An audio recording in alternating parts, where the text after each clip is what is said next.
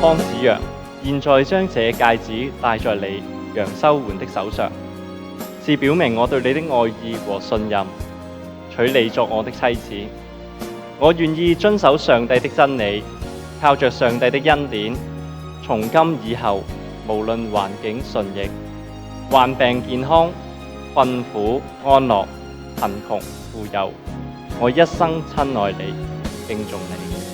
苦樂相共，永不分離。這是我在上帝面前對你所表白的誓言。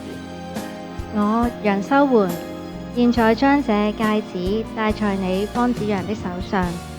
係表明我對你嘅愛意同埋信任，嫁你作我嘅丈夫。我願意遵守上帝嘅真理，靠着上帝嘅恩典，從今以後，無論環境順逆、患病健康、困苦安樂、貧窮富有，我一生親愛你、